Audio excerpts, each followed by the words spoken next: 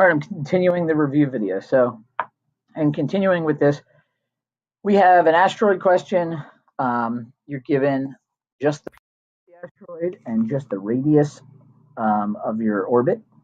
And so with that, we need to find the asteroid's mass. Okay, so that's a very limited amount of information. So what do we say? Well, first we start with a picture. There's the asteroid, a spacecraft, F or SC. All right, so that's you. Here you are. Yes, you have a tangential velocity that's straight, right? Yes, you have a radius. Yes, you have a centripetal force, right? What is the centripetal force? Let's write a statement. Fc is gravity, not hard, right? So anything that Fc is equal to and anything gravity is equal to, we can set equal to this. So we're going to replace these with the equations we know. M of the orbiting body, which in this case is the spacecraft, times its velocity squared over r equals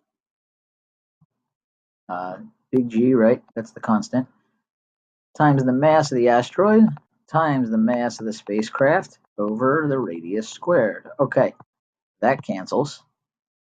There's the thing I'm looking for. That's a constant. I'm given R. Uh-oh. I'm not given V. I can't do it. Yes, I can, because I know it's a circle.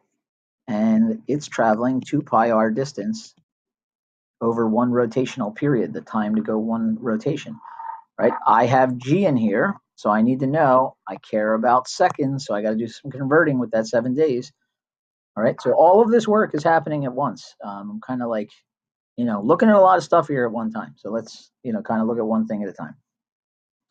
Let's figure out the velocity, and then we can plug it right in to v squared. That's one way to do it. Or I can just substitute in this formula, right? Let's substitute in the formula because that would help with deriving questions, right? Like the conical pendulum. So what do we have here? We have, pi squared, r squared, right? So that is the top of this being squared over the bottom squared, all over r equals G, mass of the asteroid, over r squared. I now have it in terms, I have all the things I have in the problem are radius and period, and I'm looking for MA. So really we just need to rework this so it says MA equals, right? So how do we do that? Well, I'm going to cancel out an R here, right? In fact, I think, what do we got here?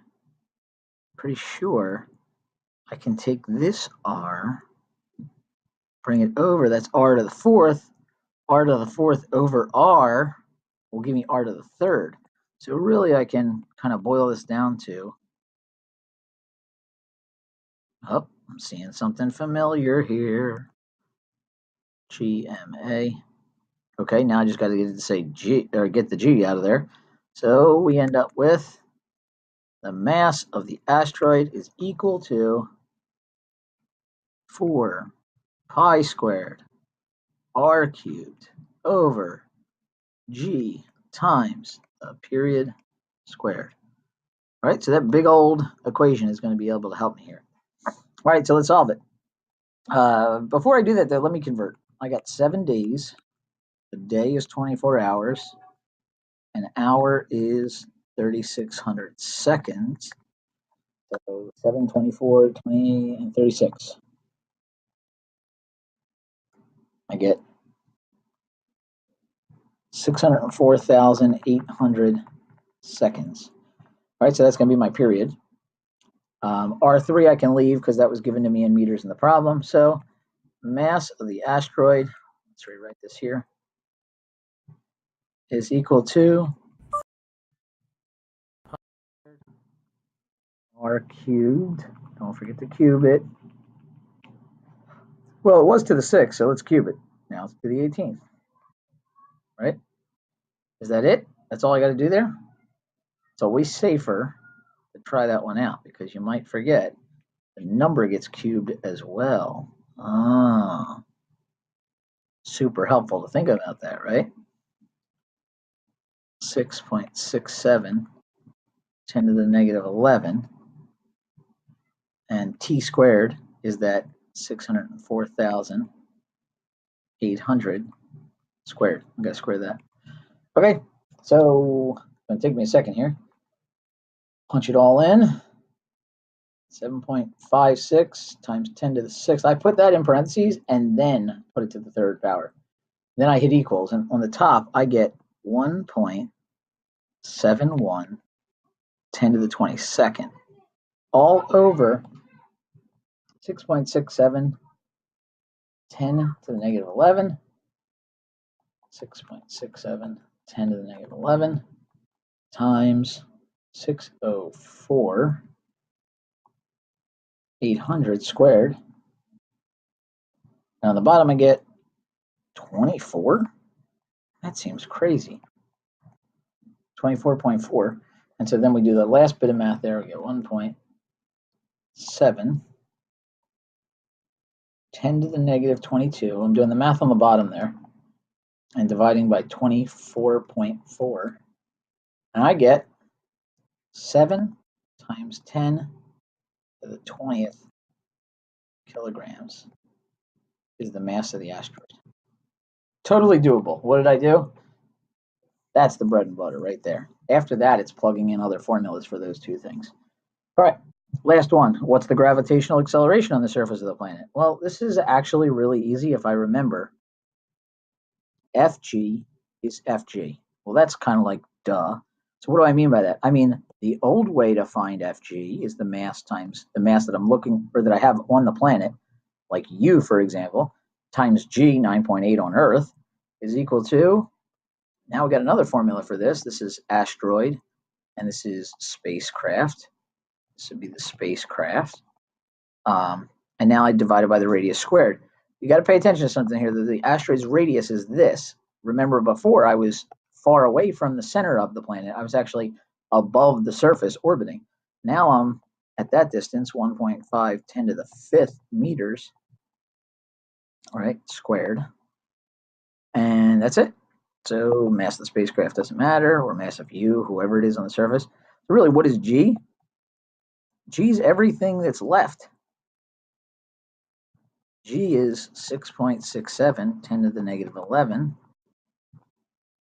times the mass of the asteroid, which we just found, 7 10 to the 20th, all over 1.5 10 to the 5th squared. So when we do that, 6.67, I'm hoping it's less than Earth because the mass is much less than Earth, so we should get an answer less than Earth for G. Hopefully. There's 10 to the 20th, all over 1.5 10 to the 5th, that quantity squared, and I get G to be 2.08 meters per second on this planet. That's pretty much it. The only other thing you'll see is escape velocity and orbital velocity, which, again, that comes from setting equal the kinetic energies. We just did this in class. The other day, you set the kinetic energy equal to the gravitational potential, and remembering that that's that new formula. So ultimately, at the surface of the planet, you set the kinetic energy equal to the gravitational potential at the surface of the planet. And this all comes because you said on the planet, it was Ke plus GPE is equal to 0 at infinity for energy. So that allowed us to make this statement at the surface of the planet. And so again, we get 1mv squared equals, what's our formula? Negative G mass of the planet, mass of U or something that you're trying to have on the planet over the radius, right? And when you do this, you see the mass of the object, the rocket or something that's moving, you're trying to blast off, right? And you multiply the 2 over and take the square root, and you find 2 times G, the constant, times the mass of the planet over R. Actually, this is positive, isn't it? It used to be negative, but we added it over to the other side. I apologize for that. But this is it. This is escape velocity, right? And orbital velocity comes from just setting the FC equal to FG.